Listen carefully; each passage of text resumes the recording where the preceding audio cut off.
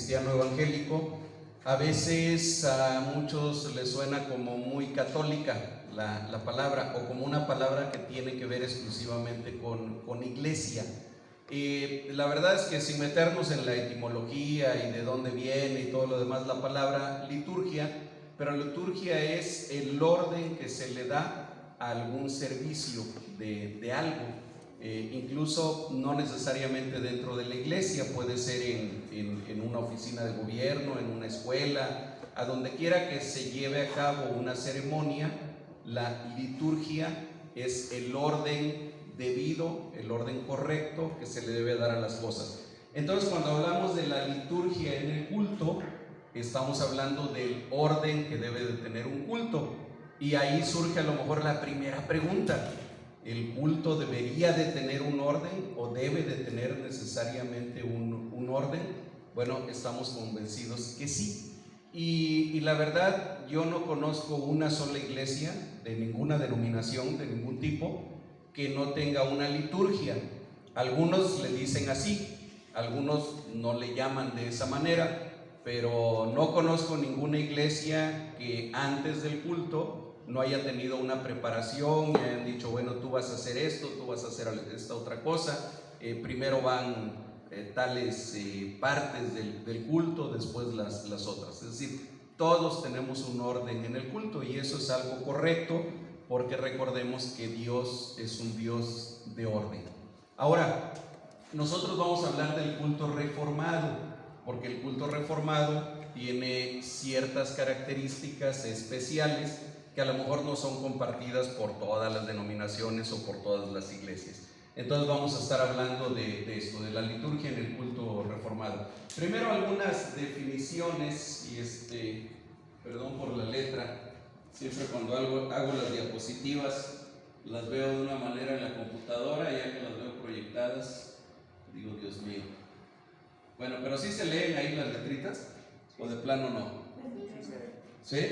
Ok, si las ve Miri, que está hasta atrás, sí se ve. Ok, miren, nuestro culto debe de seguir este orden. Nuestro punto de partida es la Biblia. De la Biblia salen doctrinas, de las doctrinas sale la liturgia, y de la liturgia sale la adoración, en ese orden. No podemos ir al revés, no podemos partir de la adoración y decir al final, bueno, quién sabe si esté o no esté en la Biblia lo que estamos haciendo, pero sentimos bonito el hacerlo. Algunas definiciones entonces. En la Biblia no necesito definirlo mucho, nada más aquí es para remarcar esta parte. La Biblia es el conjunto de libros, acuérdense que es una colección de 66 libros, que son de principio a fin la palabra de Dios revelada de una forma especial, y es nuestra norma de fe y práctica en todo, en la iglesia y fuera de la iglesia. La Biblia es nuestra norma de fe y práctica. Entonces de ahí partimos.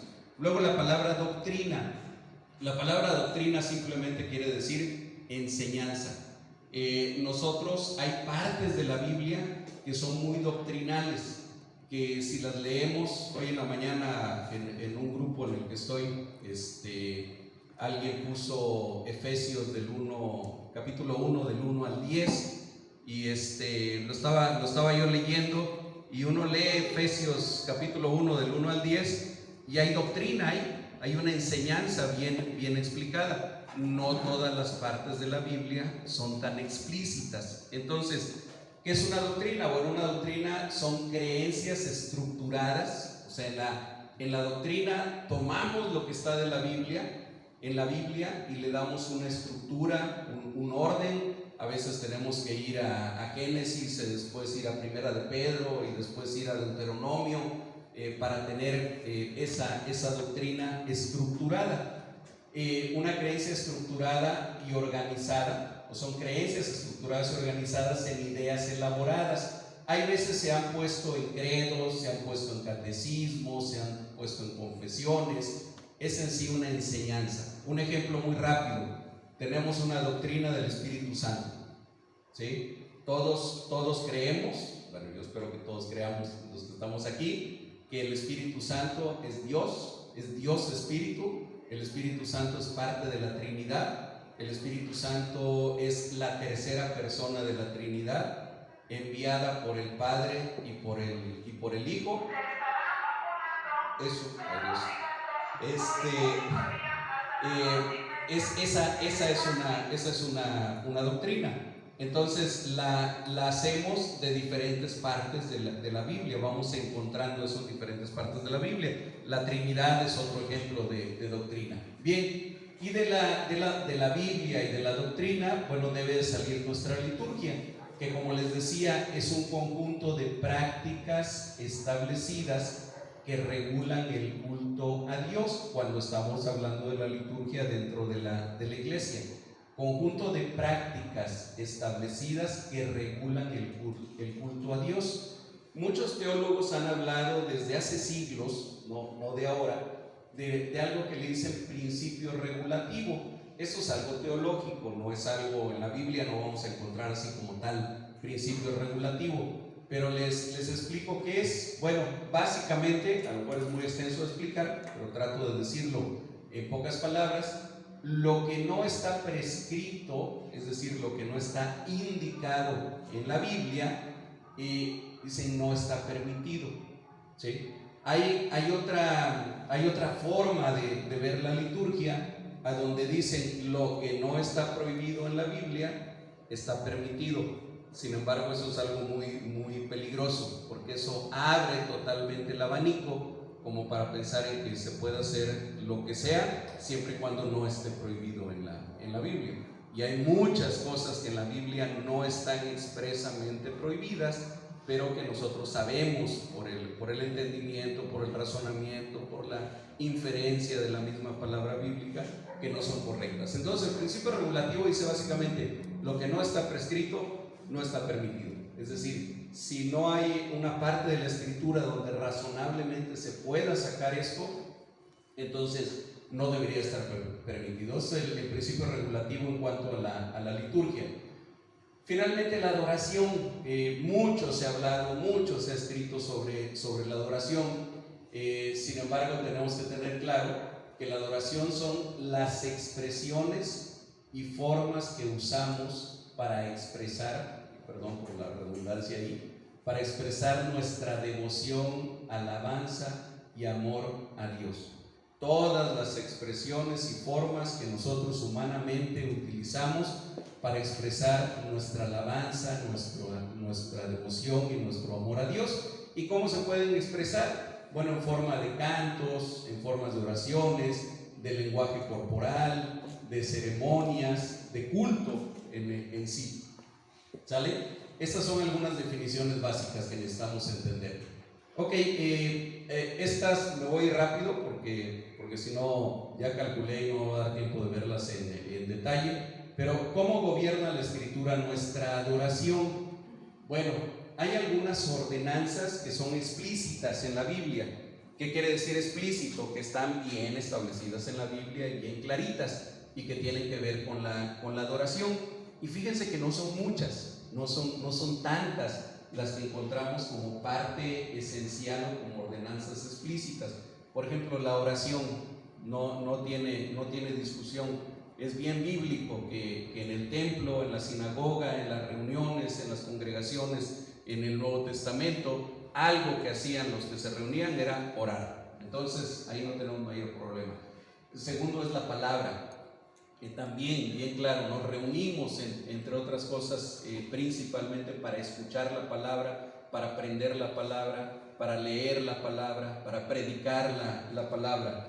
Y la tercera son los sacramentos. Yo sé que esta es otra palabrita que también luego suena medio romana, pero no vamos a hablar ahorita de los sacramentos. Es un tema que con el grupo de catecúmenos lo tengo que ver, pero bueno, nada más recordar rápidamente que la palabra sacramento en español viene de sacramentum en griego, y que quiere decir simple y sencillamente misterio. O sea, si lo traducimos literalmente, Efesios capítulo 5, Pablo usa ese término, que en Reina Valera se traduce como misterio. Es decir, es algo de lo cual no tenemos una explicación totalmente clara o totalmente explícita en la Biblia, pero que entendemos que va más allá del mero símbolo. ¿Cuáles son los sacramentos que todos los cristianos evangélicos, en eso estamos uniformes, que todos reconocemos? Son dos. Son la Santa Cena, o algunos le llaman comunión, algunos le llaman Cena del Señor, Mesa del Señor, en fin, la Santa Cena es un sacramento. El pan y el vino no se convierten en nada. Nosotros no creemos que se conviertan en nada, pero también creemos que es algo más que simple pan y simple vino. Y por eso, una vez que los hemos consagrado con la oración, le damos un trato especial a ese vino y a ese pan. Simbolizan en un sentido espiritual el cuerpo y la sangre de Jesucristo. Es un recordatorio también de lo que Jesús hizo. En fin, no puedo tener mucho. Y el otro es el bautismo, ¿verdad? En esos dos únicamente. Entonces, estas tres partes, hay ordenanzas explícitas en la Escritura de que son parte de lo que hacemos cuando nos congregamos los cristianos. Hay otras que son inferencias basadas en la Escritura. Inferencia quiere decir deducción, algo que deducimos, algo que sacamos en conclusión. Entonces hay algunas inferencias basadas en la Biblia, basadas en la Escritura. Por ejemplo, nosotros no nos reunimos los sábados, aunque la Escritura habla del Shabbat, habla del séptimo día, habla de que los judíos se reunían en sábado. Sin embargo, encontramos claramente en el Nuevo Testamento que los creyentes en Jesucristo empezaron a reunirse el primer día de la semana. Lo encontramos claramente, aunque no hay ninguna parte donde diga ya no se van a reunir los sábados, ahora se van a reunir los domingos. Esta es una inferencia, es una deducción que podemos sacar al estudiar el Nuevo Testamento. La iglesia primitiva se reunía el primer día de la semana, que es el domingo. ¿Por qué lo hacían ese día? Porque fue el día que resucitó el Señor. Y la resurrección de Jesucristo es uno de los fundamentos enormes de nuestra fe.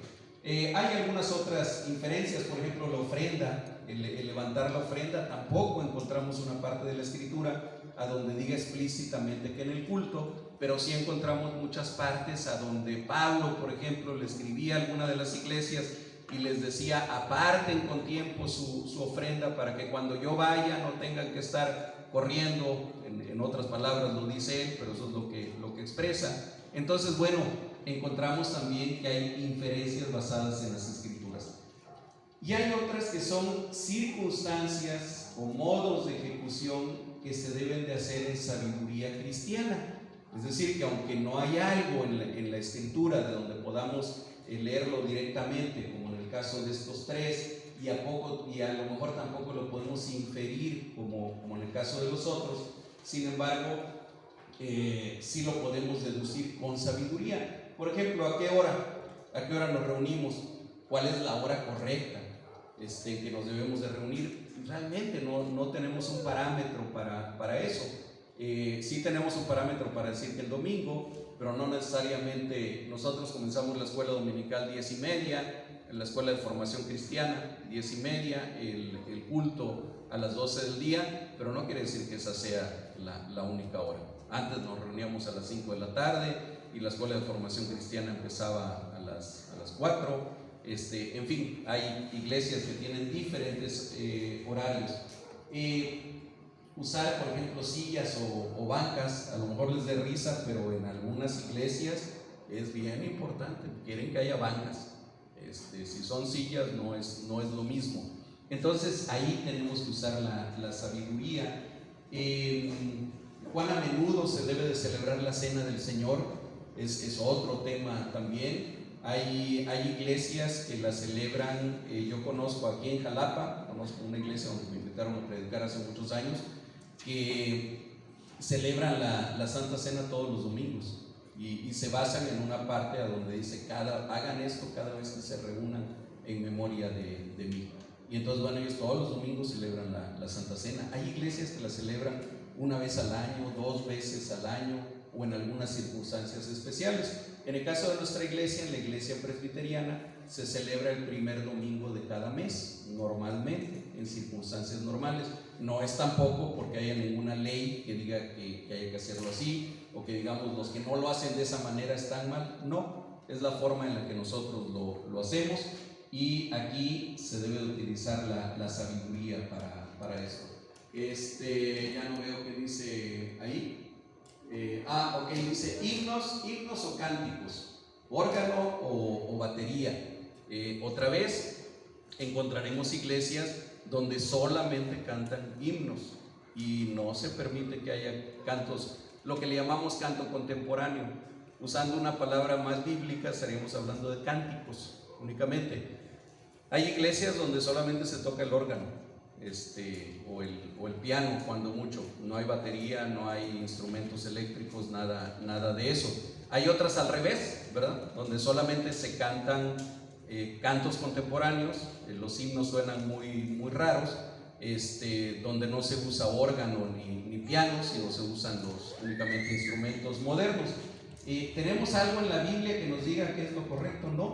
No, pero sí podemos sacar inferencias y sí podemos usar la sabiduría que Dios nos ha dado para sacar este tipo de cosas. Ok, algunos aspectos básicos del culto, algunos aspectos que digamos son básicos y que entendemos en la Biblia que se encuentran. No vamos a revisar las referencias bíblicas, pero ustedes las pueden anotar y quien quiera le puedo pasar la presentación después. Por ejemplo, bendiciones, el que haya bendiciones como aquí usamos muchas veces números 6, 24 y 26, la bendición sacerdotal, pero hay otras en la escritura, 2 Corintios 13:13, Hebreos 13, 20 y 21, a mí me gusta y yo la uso a veces al final del culto. Es un aspecto básico del culto. Lectura de las escrituras, por supuesto que se tiene que leer la escritura. Predicación y enseñanza, desde luego. 1 Timoteo 4:6, 5:7 y 6:2 son algunas referencias. La oración, nuevamente, es un aspecto básico del culto. En la escritura hay varios tipos de oraciones: alabanza, petición, lamento, confesión de pecados, acción de gracias, etc. Podemos encontrar muchos elementos, muchos tipos diferentes de oración. El canto, desde luego que lo encontramos también. Fíjense que no quise usar la palabra alabanzas a propósito, ni adoración, ni nada de esto, porque en realidad lo que nosotros hacemos es cantar, y nuestro canto es una forma de alabanza, y la alabanza es una forma de adoración, pero no es la única, no es la única forma. Bueno, cantos, hay varias citas bíblicas también, ahí menciono algunas. El canto muchas veces es oración. Hay cantos hermosos, cantos preciosos, tanto himnos como cantos contemporáneos que son oraciones verdaderamente, y que uno está uno cantando, pero en realidad estás orando con la letra de la canción. Hay cantos que tienen enseñanza, hay cantos que tienen bendición, hay cantos que tienen confesión de fe. En fin, podríamos sacar muchos ejemplos de cada uno de ellos, pero solamente para verlos. Algo que le llaman votos, que es cuando ponemos a Dios como testigo de algunas promesas. Por ejemplo, cuando se ordena un pastor, cuando se ordena un oficial de la iglesia, ya sea un anciano o un diácono, cuando hay recepción de miembros, cuando hay matrimonios, cultos de acción de gracias de 15 años o de aniversarios de bodas, en fin, todo eso no son otra cosa más que poner a Dios como testigo de promesas que encontramos en la Biblia, y es un aspecto básico también del culto. La confesión de fe, el decir qué es lo que creemos, profesar nuestra fe delante de los hombres. Déjenme decirles, el culto siempre es público. El culto es un culto público. Nosotros en este momento estamos haciendo un acto público, es decir, la puerta está abierta, cualquier persona, aunque no la conozcamos ni nada, puede entrar y puede sentarse en una silla, y es bienvenido.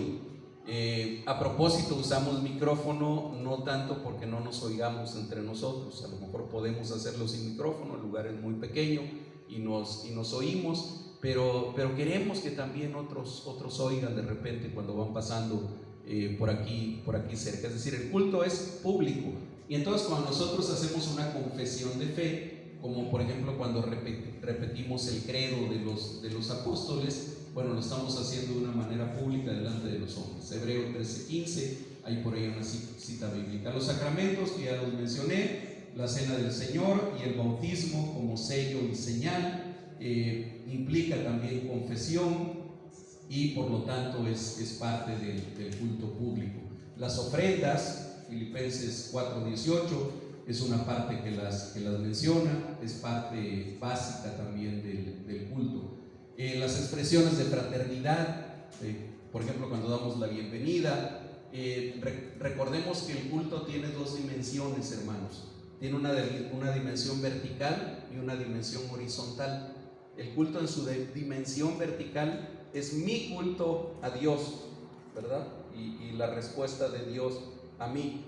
Pero tiene una dimensión horizontal en la cual esto de estar en comunión con Dios y en relación con Dios, lo hacemos en conjunto, lo hacemos entre nosotros, y entonces nuestra fraternidad, nuestra relación es parte importante también del culto a Dios, expresiones de fraternidad. Bien, el orden del culto en Fuente de Vida.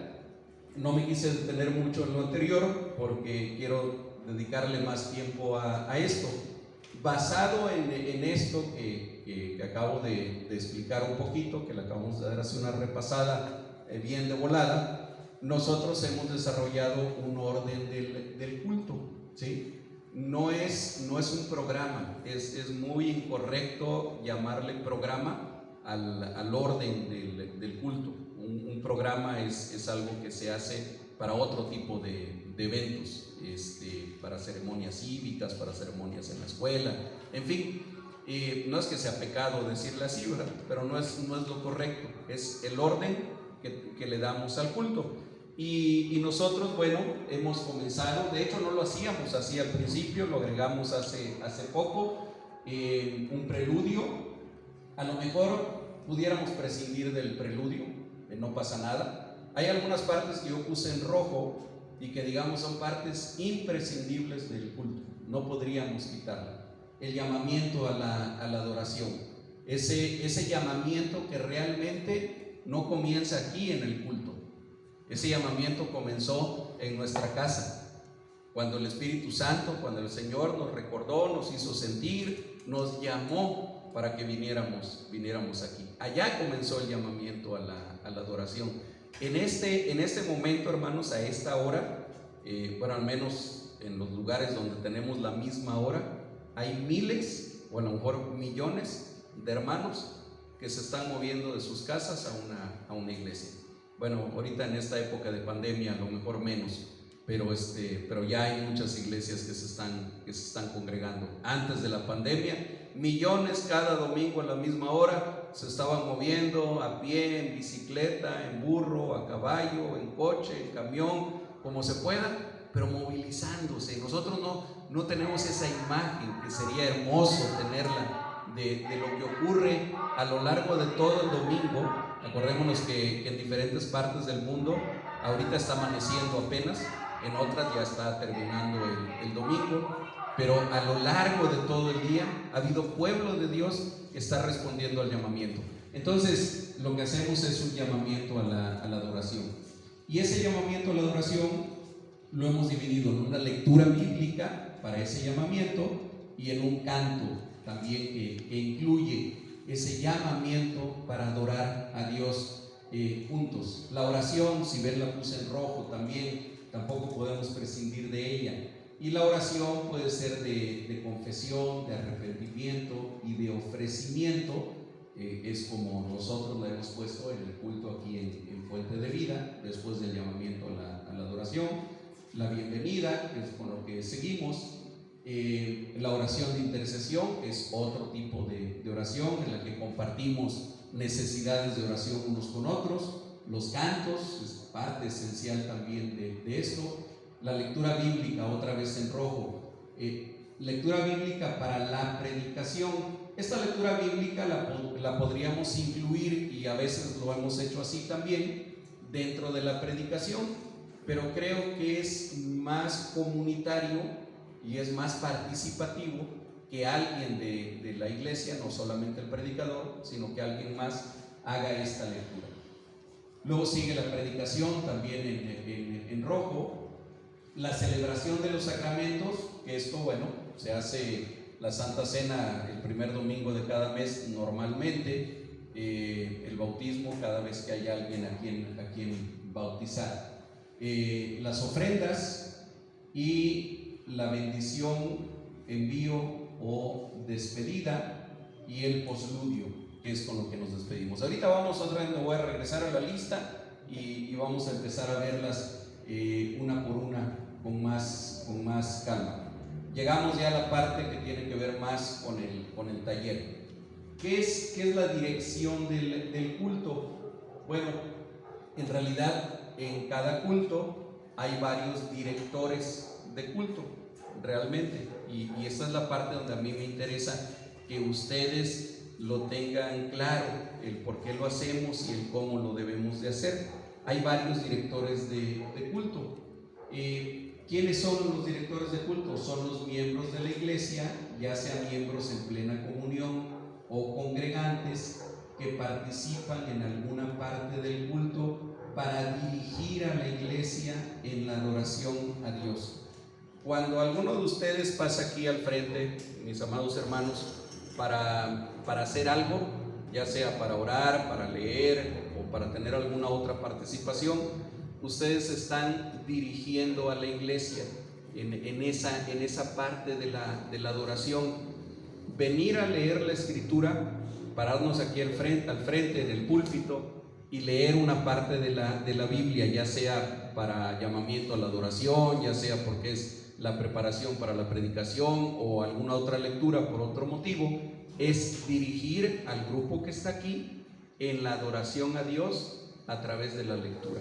Cuando nos paramos a dirigir un canto, lo que estamos haciendo es dirigir a la iglesia en ese canto.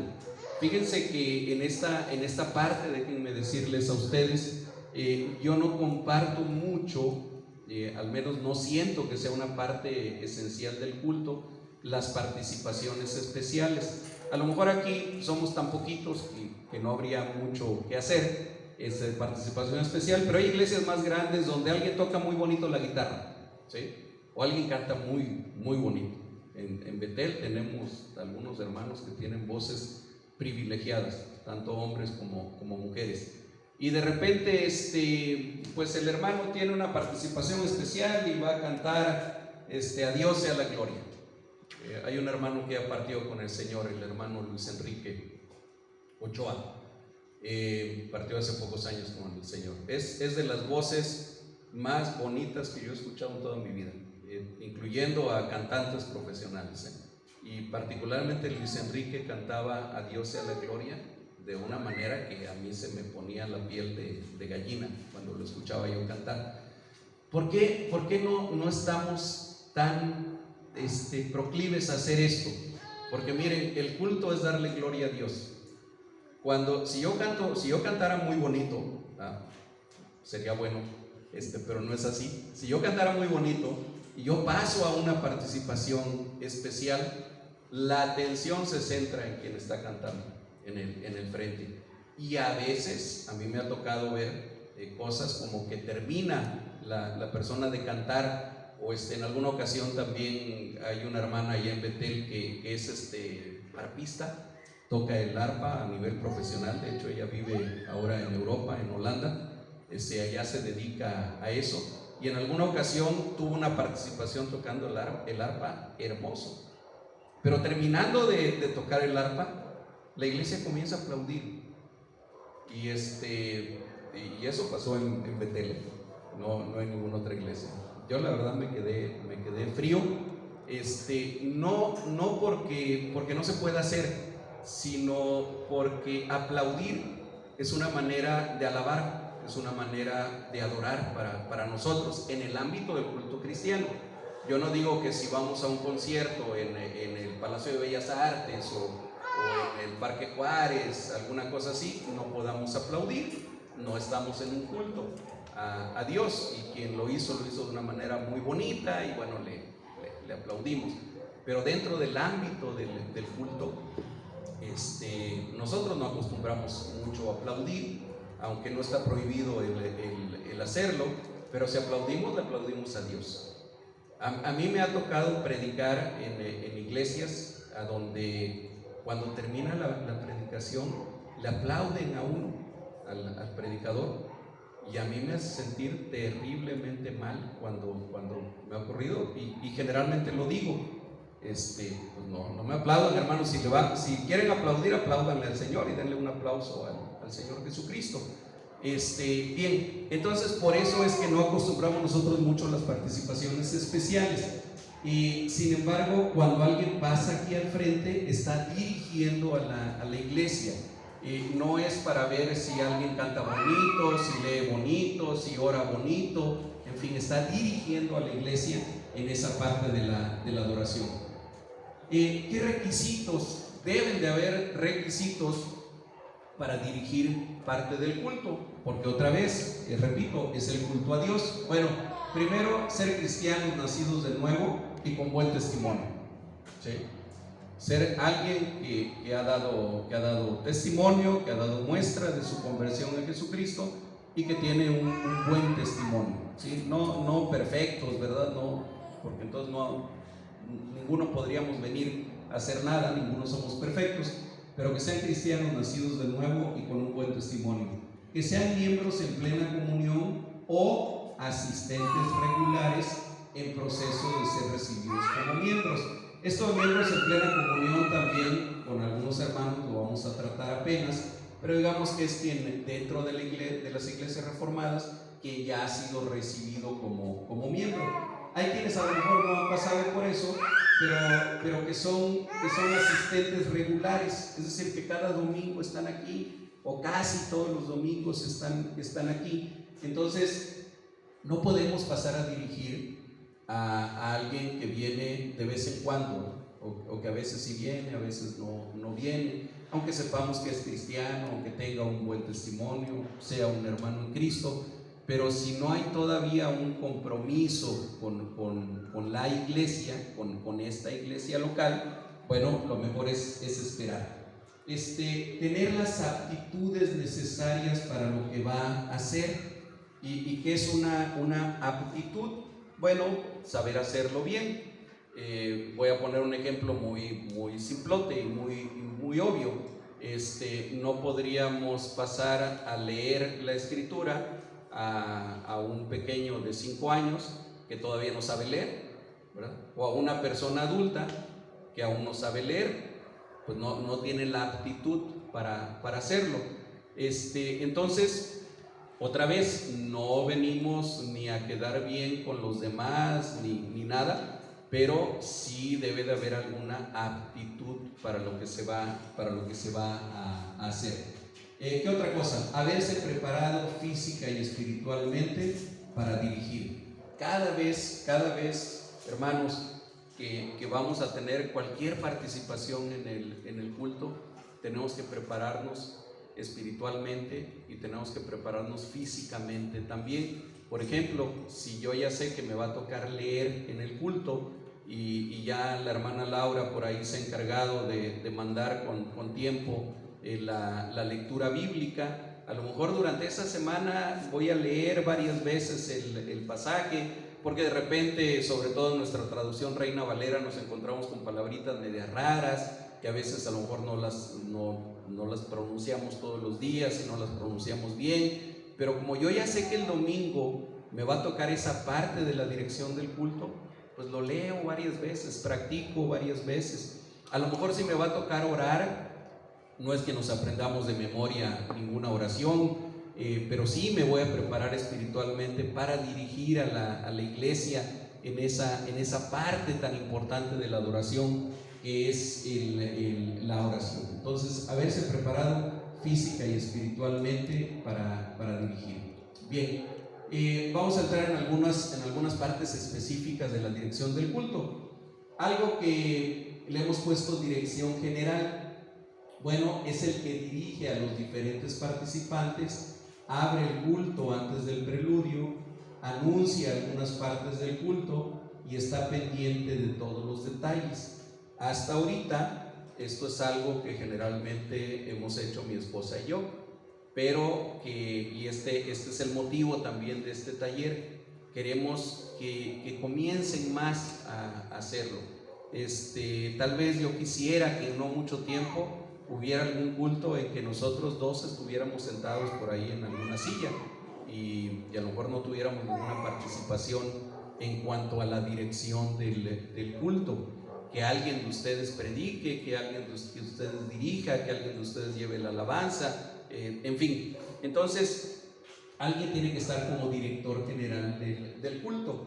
Estar pendiente, ya le toca a la hermana y no se ha parado todavía a orar, hermana, por favor pase para que ore. Ese es el director general del culto. La dirección de lectura, bueno, es quien dirige a la iglesia en la lectura de la palabra de Dios. Y aquí hay algunas cosas, vamos con la parte práctica. Hay algunas cosas que son esenciales. Por ejemplo, siempre que leemos la palabra de Dios lo hacemos de pie en señal de reverencia a la palabra. Y otra vez, no es que sea pecado el leer sentado, sobre todo si es alguien que tiene alguna dificultad para pararse, en fin. Se entiende perfectamente que pueda estar sentado.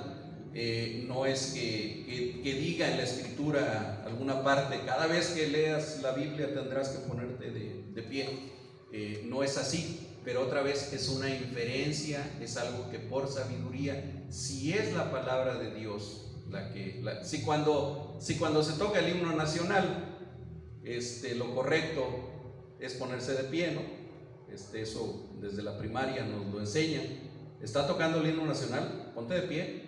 Tienes que estar parado y tienes que estar derechito. Bueno, cuando se trata de escuchar la palabra de Dios o de leer la palabra de Dios, es bien importante, como una señal de reverencia, como una muestra de reverencia, el hacerlo de pie. Y al hacer la lectura lo podemos hacer de maneras diferentes, ¿sí? Puede ser una lectura unipersonal y la iglesia lee en silencio, es decir, solamente quien pasa a leer, lee en voz alta y el resto de la iglesia está leyendo, a lo mejor está de pie y está con su Biblia, pero está leyendo en silencio. Es correcto y es válido hacer una lectura de esa manera. La lectura en concierto, ¿qué quiere decir eso?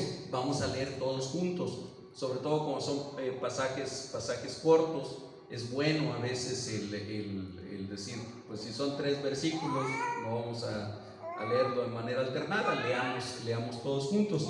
O puede ser lectura alternada, ¿sí? A lo mejor hay otras formas. A mí me ha tocado algunas veces que algún hermano dice, a ver hermanos, el primer versículo y todos los nones los van a leer las mujeres y todos los versículos pares los vamos a leer los hombres. También se puede hacer. ¿Qué es lo que se busca?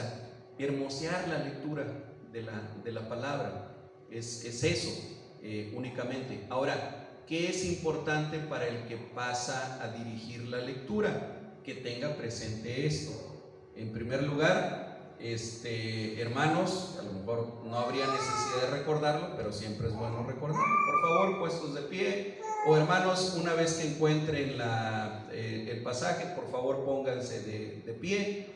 En fin, pero invitar a la iglesia a que haga la lectura de la palabra o escuche la palabra de pie. Y lo segundo es decirle a la iglesia cómo vamos a leer. A lo mejor alguien puede decir, hermanos, voy a leer nada más yo, por favor síganme en silencio en sus Biblias, ¿sí? O hermanos, vamos a hacer una lectura en concierto, o todos al mismo tiempo, como lo quieran decir, pero que la iglesia sepa cómo lo vamos a hacer. O hermanos, vamos a hacer una lectura alternada, yo comienzo en el primer versículo, ustedes en el segundo, nos unimos en el último. A veces lo explicamos así de detallado, o simplemente decir una lectura alternada. Yo comienzo, O comienzan ustedes y luego sigo yo, ¿sí? Entonces, eso es algo que quien está dirigiendo en ese momento la lectura debe de decidirlo, y debe de decirle a la iglesia el cómo hacerlo de esa manera, ¿sí? Bien, nosotros seguimos con la bienvenida. Bueno, es el tiempo de fraternidad. ¿Qué es lo que se busca? Hacer sentir bienvenido a las visitas, alentar nuestra hermandad. Quien la da debe hacerlo con calidez y hospitalidad. Hermanos, ninguna parte del culto es un show, ninguna. El culto, les decía, es adoración a Dios, todas las partes. Pero tenemos que entender la importancia de pasar a dirigir una parte de esa adoración a Dios. Entonces, si nos toca dar la bienvenida, tenemos que buscar hacerlo de la manera más cálida que nos salga, de la manera más espontánea, más natural, pero también cálida. Sobre todo si hay visitas, si hay personas que es la primera o segunda vez que vienen, bueno, poner énfasis en que están aquí. Si es alguien que ya tenía varios domingos que no venía, hermano, hermana, qué bueno verlo nuevamente, qué bueno que vino, lo hemos extrañado. En fin, las palabras que salgan de nuestro corazón no es tampoco tener como si fuera un papel ya escrito y voy a repetir esto. Aunque déjenme decirles, hay veces que es necesario, sobre todo cuando no estamos habituados a hacerlo, se vale. O sea, yo me pongo bien nervioso al frente y luego no sé qué decir, pues a lo mejor en la casa escribo por aquí en una hojita y me llevo la hojita. Eso es válido, se puede hacer. Entonces, ¿qué es importante en la bienvenida? Que sea una bienvenida cálida. Es como cuando llegamos a la casa de alguien, es muy diferente que nos digan, eres tú, pásale, ¿verdad?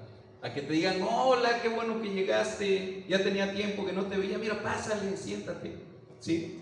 De hecho, en todas las partes de las participaciones debemos de ser afectuosos, cariñosos con los hermanos, porque es el amor de Cristo que estamos reflejando. Así es.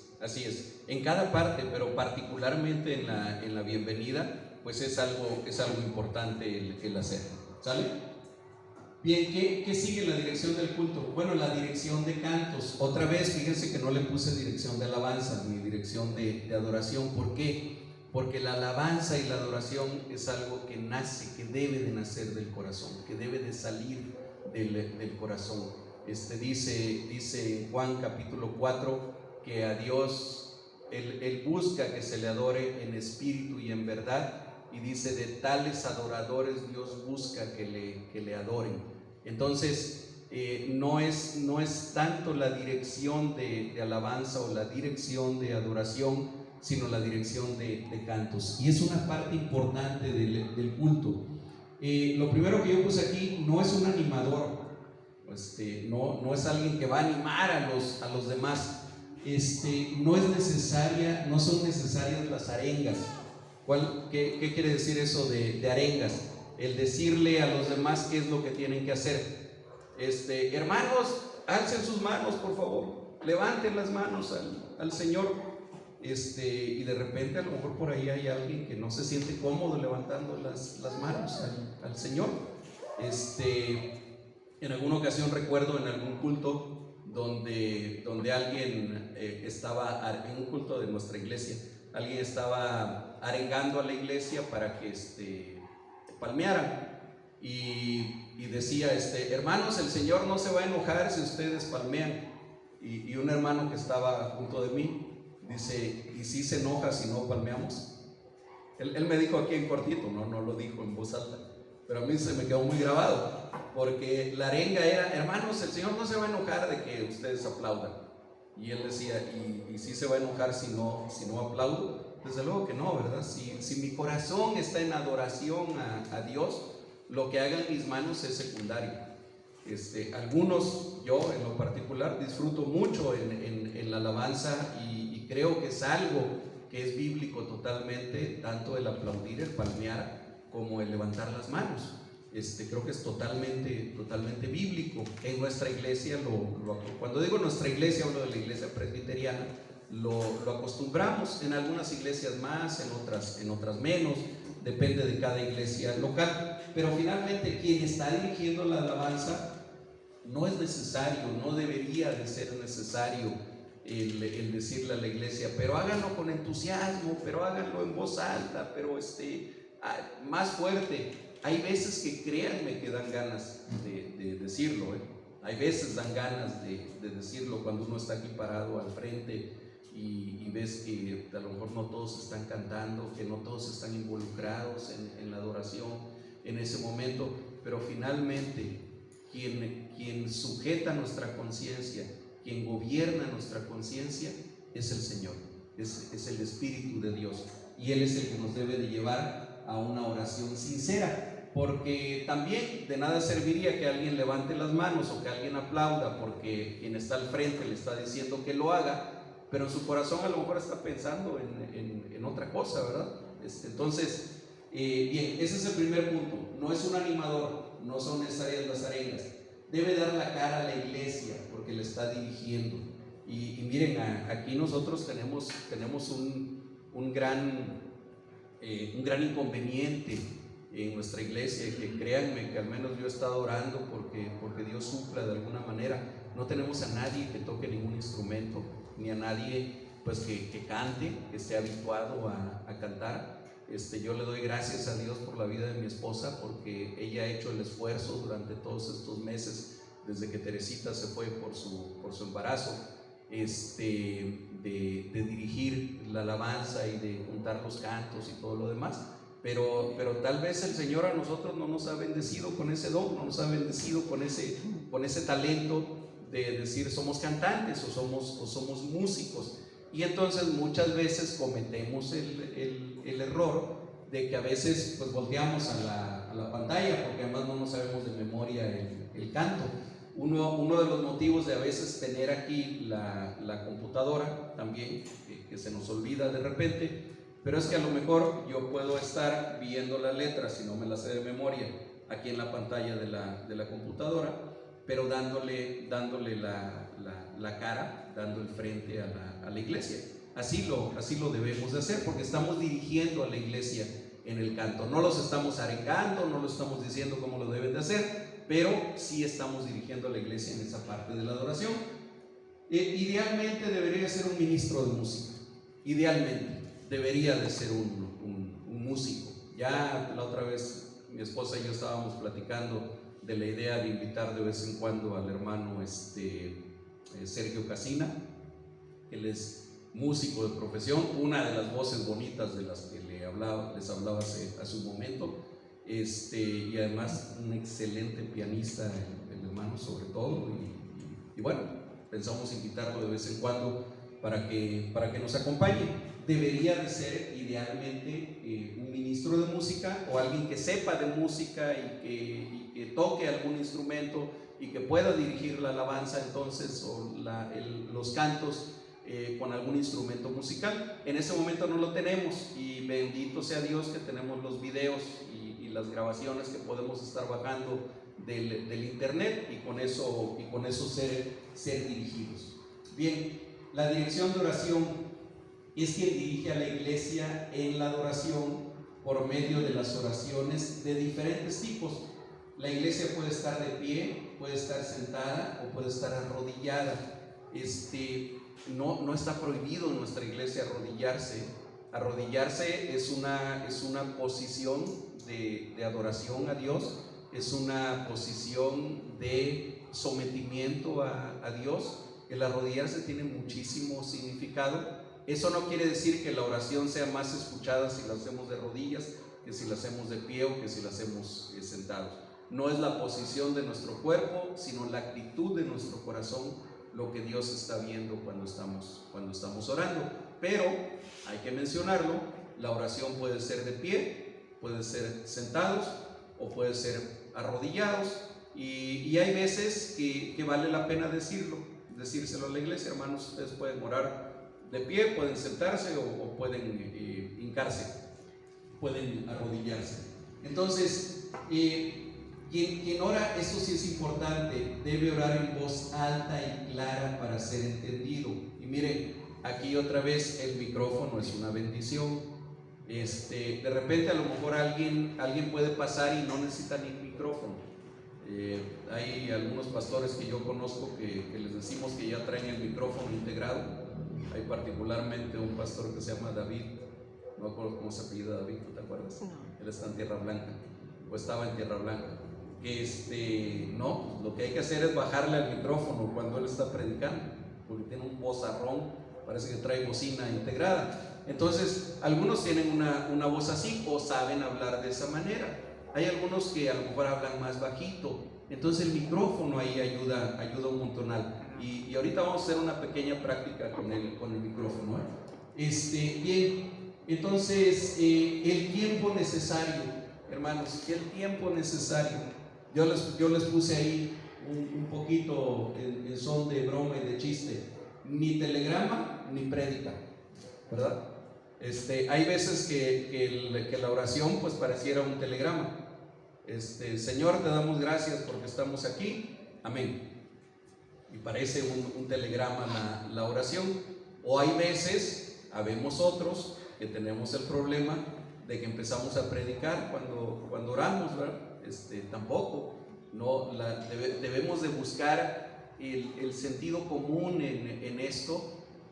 Otra vez lo que salga de mi corazón, pero no algo telegrafiado, ¿verdad? No algo que diga, híjole, es que ya lo que quiero es sentarme y ya no estar ahí en el frente, ni tampoco hacer una oración excesivamente larga. Entonces el tiempo necesario para hacer la oración. Este detalle es importante. Siempre oramos en el nombre de Jesús, al principio, al final o ambos. Y esto es totalmente bíblico. Cuando nosotros venimos, cuando estamos en oración, estamos en la presencia del Padre, estamos ante el trono de la gracia, estamos delante del Señor. Y hermanos, ninguno de nosotros lo pudiéramos hacer si no fuera por Jesucristo, si no fuera porque estamos revestidos de Jesús, estamos revestidos de su sangre. Si no fuera por Él, nosotros somos indignos totalmente de ir en oración delante del Padre. Entonces la oración es importante, y ese sí es un detalle bíblico, teológico, doctrinal, que lo hagamos en el nombre de Jesucristo. Podemos decir en el nombre de Cristo Jesús, en el nombre de Jesús, en el nombre de Jesucristo. En fin, tenemos diferentes maneras de expresarlo, pero estamos dirigiendo a la iglesia en una oración, pero que no es porque la diga yo, porque la diga la iglesia, sino porque es dicha en el nombre de Jesucristo. ¿Sí? Ok, entonces esos son algunos detalles en cuanto a la dirección de oración. Bueno, el predicador es el responsable, y aquí estoy tomando una parte de 2 de Corintios, es el responsable de parte de Dios y delante de Dios de alimentar, eso significa apacentar, alimentar a la iglesia con la palabra de Dios. La persona que le toca predicar, en esa iglesia generalmente lo he hecho yo, o lo hacen algunos pastores o algunos ancianos que hemos invitado a veces a predicar. Pero hermanos, viene el día y viene pronto en que yo esperaría que ustedes, hermanos y hermanas, tuvieran también participación en la predicación, porque una de las partes esenciales de la reforma de la iglesia reformada, es que no hay una división entre, miren, en la iglesia católica, por ejemplo, ¿quién es en sí la iglesia? Es los curas, los cardenales, los obispos, en fin, ellos son la iglesia, y la gente que va, ¿quién es? Es el pueblo. Es el pueblo. Aquí no hay división entre pueblo e iglesia. La iglesia somos todos, cada uno de nosotros. Cualquiera de ustedes podría en un momento determinado compartir la palabra de Dios. Entonces, y bueno, la persona que hace esto está hablando de parte de Dios y delante de Dios. Es la parte central de nuestro culto reformado. Es la expresión de la palabra y debe estar centrada en la palabra. ¿Por qué digo esto? Porque hay veces también se predica sobre una parte de la Biblia, pero el contenido, y otra vez me ha tocado también experiencias de ese tipo, en que ya el hermano lleva 15, 20 minutos hablando, y yo a veces me he preguntado en qué momento comienza a predicar, porque ya nos contó su vida, ya nos platicó su experiencia. Tenemos ahí un caso simbólico hace algunos años de alguien que invitaron a predicar en Betel, y él venía de Nicaragua y había pasado parte de la guerra en Nicaragua y tuvo algún evento ahí. Entonces, como 30 minutos fue a escuchar la experiencia que el hermano tuvo en la guerra. Y bueno, a lo mejor puede ser interesante, ¿verdad? Yo no digo que no sea interesante. A lo mejor puede ser edificante también escuchar un testimonio de un hermano, pero no es eso lo que representa la predicación. La predicación es exposición de la palabra de Dios, es alimentar a la iglesia con la palabra de Dios. Entonces, debe estar centrada en la palabra. El predicador debe haberse preparado física, bíblica, teológica, intelectual y espiritualmente. Quien va a predicar tiene que prepararse incluso físicamente.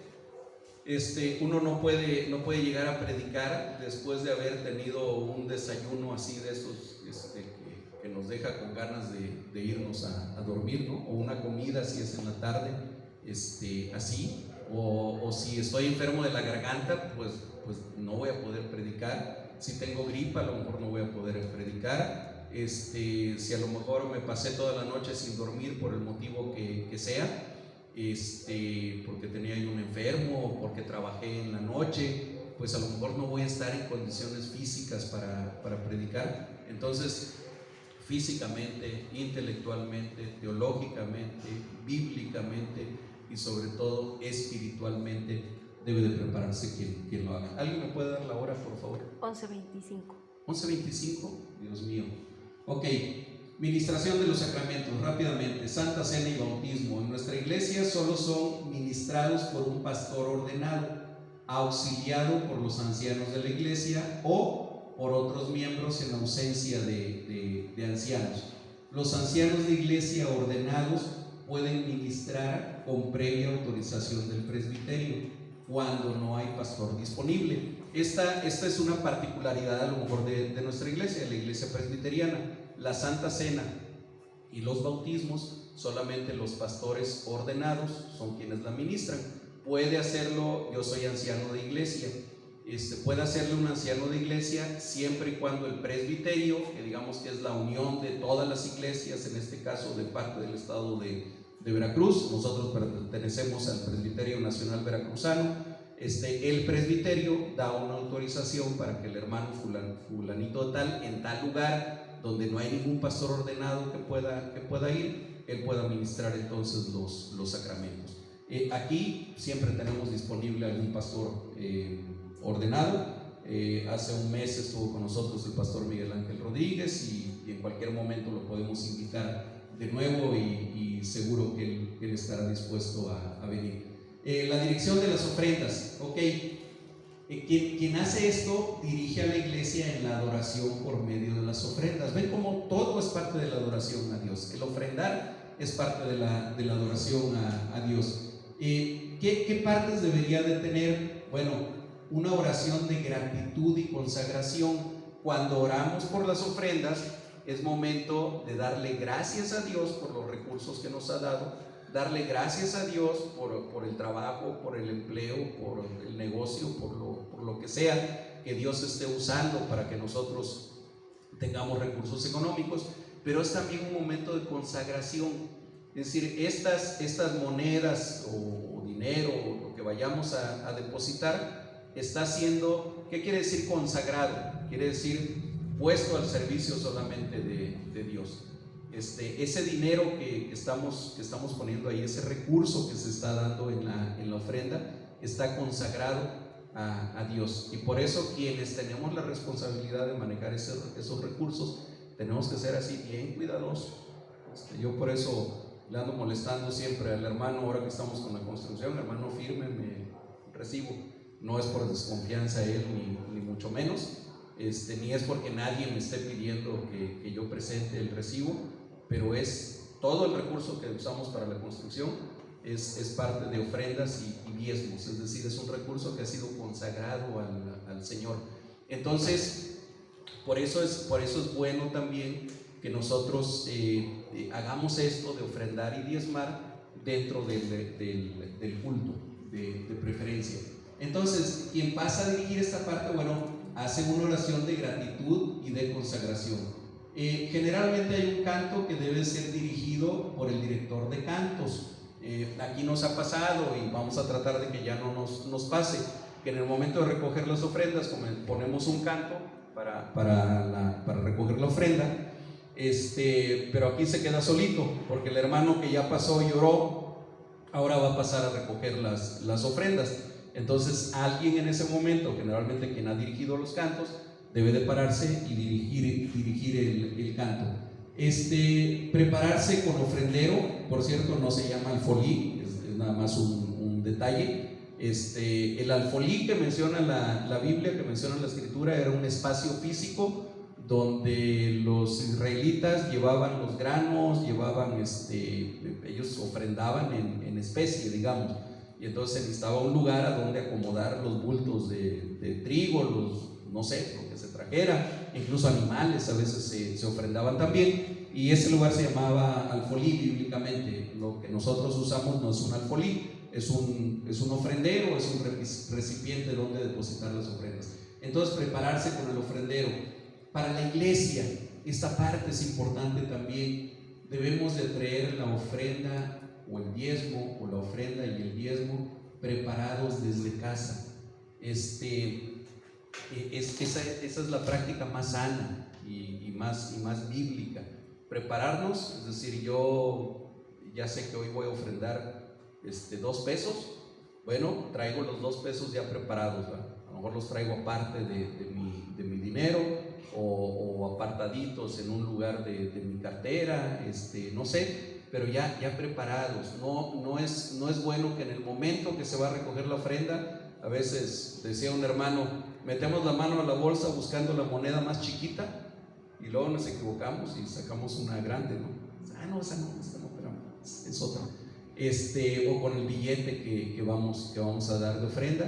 Deberíamos de traer ya la ofrenda preparada desde casa, ya venir preparados con nuestra ofrenda, sobre todo si es el diezmo también.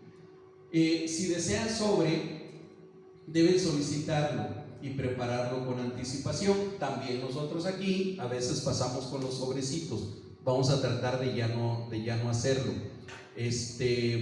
Si alguien desea usar sobre, y ahorita voy a explicar un poquito del porqué del sobre.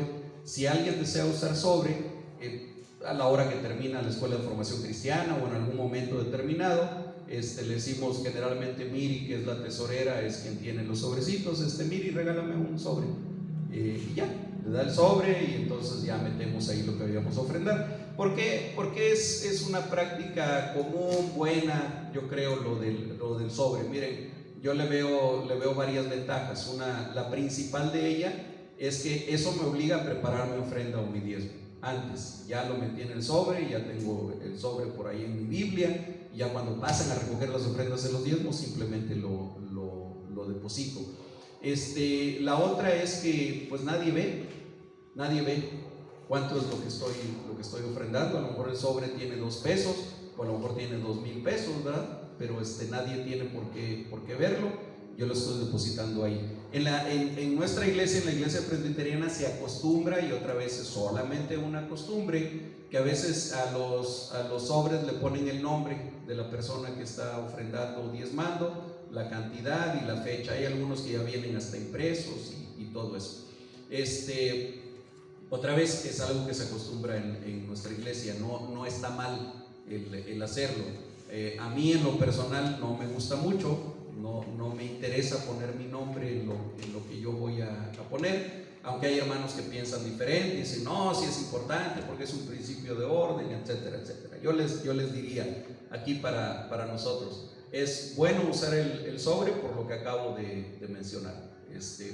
Me permite más privacidad, en lo que estoy ofrendando, otra me obliga un poquito a prepararme, ¿sí? Si alguien le quiere poner nombre y le quiere poner la cantidad, está bien. Si no desean hacerlo, está bien también. Lo que sí es importante es que con sobre o sin sobre traigamos ya preparado lo que vamos a ofrendar y lo que vamos a diezmar, ¿ok? La bendición pastoral, ya estamos terminando, es celebrada solo por un pastor ordenado o un anciano de la iglesia autorizado por el presbiterio. Otra vez, ¿y en qué consiste la bendición pastoral? Y otra vez vamos a los usos y costumbres únicamente. No es que sea algo bíblico. Ustedes han visto que cuando el pastor da la bendición pastoral, usualmente levanta las manos en esta posición, y es algo en remembranza a lo que hacía el sacerdote en el Antiguo Testamento, Aarón, Moisés, en fin, esto de levantar las manos. Y generalmente hay unas palabras que son tomados de la Biblia. Y ahora, mis amados hermanos, que el amor de Dios, la comunión con su Santo Espíritu, la gracia del Señor Jesucristo esté con ustedes, con sus familias, con nuestros familiares ausentes, con todo el pueblo de Dios en todo el mundo. A esto le llamamos bendición pastoral. Los pastores ordenados son quienes la hacen, o los ancianos que están habilitados para ello. Despedida y envío, porque esto siempre sí lo tenemos. En ausencia de un pastor, un anciano, o en ausencia de ambos, cualquier miembro de la iglesia lo hace.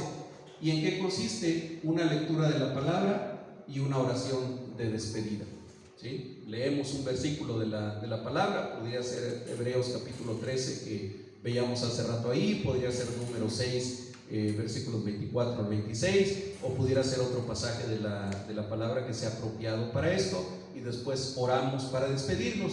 Y finalmente hay un posludio, ¿sí?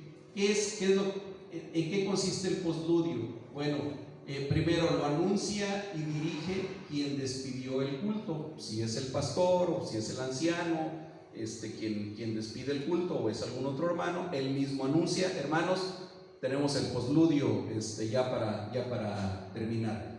¿Para qué sirve el posludio? Bueno, nos recuerda que seguimos en la presencia de Dios aún fuera de la iglesia. Creo que ese es el principal objetivo del posludio.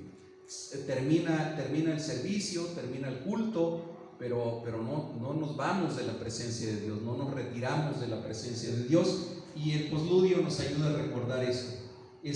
La otra cosa es que terminar el culto en adoración es una forma de cerrar el culto como lo empezamos, en adoración, adorando al Señor. En algunas iglesias se acostumbra incluir anuncios. Nosotros lo quitamos, lo hacíamos, pero ya no lo hacemos, porque creemos que los anuncios ya no son parte del culto. Entonces terminamos el culto en adoración, y puede ser música instrumental como es el preludio, o puede ser un canto como generalmente lo hacemos nosotros. Entonces si se fijan ustedes, el orden que estamos siguiendo del culto es más o menos el orden que veíamos de los elementos básicos de un culto. Ahora, eso no significa que sea la única manera. O sea, en cualquier momento, y es más, yo tengo pensado también de repente variar ese orden, quitar algún elemento no esencial, introducir algún otro elemento de los no esenciales, o cambiar el orden en el que hacemos. A veces estamos poniendo algunas alabanzas antes de la predicación, otras alabanzas después de la predicación. Todo eso es algo que se puede hacer. Ok, hermanos, sí. El uso del boletín. Vaya, que a quien le toque tiene que estar listo. Ok, perdón, esa parte se me había pasado. Es algo muy, muy práctico. Generalmente en el boletín ya tenemos el orden del culto. Por ejemplo, hoy, voy a tomar el ejemplo del día de hoy, después del preludio sigue la lectura del Salmo 100 y nos va a dirigir Dianita. Entonces no debe de ser necesario que alguien diga, Dianita, por favor, pasa a leer. Por ejemplo, Diana ya sabe que terminando el preludio sigue esta parte. Entonces les vamos a pedir que sin que nadie, no es necesario que nadie lo diga, sino, ya sé que sigo yo, Ya estoy listo. Terminó el preludio, me paro inmediatamente. Hermanos, vamos a leer el Salmo número 100. Sigue el canto de llamamiento que le toca a la hermana Laura. Luego la oración de confesión y arrepentimiento que le toca a la hermana María Elena. Entonces, la hermana María Elena ya sabe que terminando el canto de llamamiento, ella sigue. Entonces pasa. Es más, digo, aquí es muy chiquito, pero pasa en iglesias más grandes que el hermano que le toca pasar está sentado hasta atrás en la última banca, y entonces y a veces le toca leer un pasaje y en lo que viene caminando viene buscando en su Biblia el pasaje. Debemos de evitar eso. Si ya sabemos que me toca y me toca la lectura del Salmo 100, ya tengo el Salmo 100 preparado ahí en mi Biblia y paso posteriormente. Y así con cada una de las partes del culto. Les pido por favor que a partir de hoy estén atentos con el boletín, con el orden del culto que ya tienen en el boletín, y sin necesidad de que la hermana Laura o yo o nadie más lo diga. Si ya saben que ustedes siguen, pasan en ese momento. Es más, es válido a lo mejor que si estoy sentado hasta allá atrás, pues me empiezo a acercar, ¿verdad? Y me siento por acá en una silla adelante. Esto nos ayuda a darle continuidad al culto. ¿Sale? Gracias por recordarme. Ese punto es importante. Bien, no quiero pasar a la siguiente parte sin antes hacer esta. A ver, miren, si yo hablo sin el micrófono ahorita, yo estoy seguro que incluso Alejandro, que está hasta allá atrás, me escucha. Probablemente sí me escuchas, ¿verdad, Ale? Pero si yo bajo la voz y si empiezo a hablar despacito y empiezo a hablar bajito, a lo mejor quienes están más hacia atrás ya no me pueden oír bien. ¿Sí? Ya no me pueden oír bien. Sí. Bueno, tienes buen oído. Tienes buen oído, Susi. Entonces, a ver, les vuelvo a repetir, a lo mejor aquí, hasta hablando bajito, me oyen. A lo mejor aquí sí, pero en un lugar más grande de veras se pierde, y aquí a veces se pierde el sonido. Entonces, no le tengan miedo al micrófono. Miren, yo no sé qué tienen los micrófonos, pero sí dan miedo. Imponen. Ya simplemente el que mi voz a lo mejor se pueda oír hasta allá afuera, y eso ya me hace atemorizarme. Bueno, es parte del servicio a Dios. Todo esto lo estamos haciendo en servicio al Señor. Entonces, hermanos, por favor, usen el micrófono, usemos el micrófono. Miren, nosotros usamos aquí dos micrófonos, que es inalámbrico y el otro que es alámbrico. Todos los micrófonos tienen un botoncito para prender y apagar, ¿sí? En el caso de este modelo inalámbrico, tiene aparte otro botón, lo voy a poner así de frente, y el de aquí abajo es solamente para enmudecer el micrófono, no lo apaga, pero ahí, por ejemplo, pues ya no me oye, aunque está prendido el micrófono, pero está en mute, está mudo. Entonces es nada más por si de repente, no sé, no quiero que se oiga algo que voy a decir, y para no apagarlo, pues nada más le pongo así, es ese botoncito. Y el otro, que sí es para apagar, ahí ya está apagado y ahí está prendido. Se supone, y esta es una regla práctica del uso de los micrófonos, que quien usa un micrófono, cuando termina de usarlo, debe de apagarlo. ¿Para qué? Para que la siguiente persona que venga encuentre el micrófono apagado, y en lo que lo agarra y lo prende, y entonces ya empieza a hablar. Porque muchas veces nos pasa esto, sobre todo con este. ¿Cómo se oye? Se empieza a oír el ruido, ¿verdad? Y si el volumen está muy alto, casi que esto produce un tronidero. No debe de ser. Entonces, el micrófono es el inalámbrico, nada más tiene un botoncito. Para arriba es prendido, para abajo es apagado, ¿sí? Entonces, bueno, yo debería de llegar, si voy a usar esto, lo debería de encontrar apagado. A lo mejor tengo que, miren, hacer esto y no produce ningún ruido, ¿verdad? Y ya una vez que me lo acomodo y que ya estoy listo, a lo mejor hasta lo quiero sacar de aquí, lo saco y entonces sí lo prendo y ya empiezo a hablar. Entonces eso es algo bien simple, pero bien básico con el uso del micrófono. La otra, a no ser que sea un micrófono súper sensible, si yo me lo alejo, pues aunque tenga micrófono, es como si no lo tuviera. El micrófono generalmente uno se lo tiene que pegar a unos 2-3 centímetros de la boca. No es tampoco correcto el pegárselo a los labios, ¿no? Que eso también a veces lo hacemos. ¿Por qué? Porque contaminamos el micrófono, y más ahorita en la época que estamos de pandemia, pero además las gotitas de saliva que inevitablemente soltamos cuando hablamos también va dañando luego algunos filtros que tiene.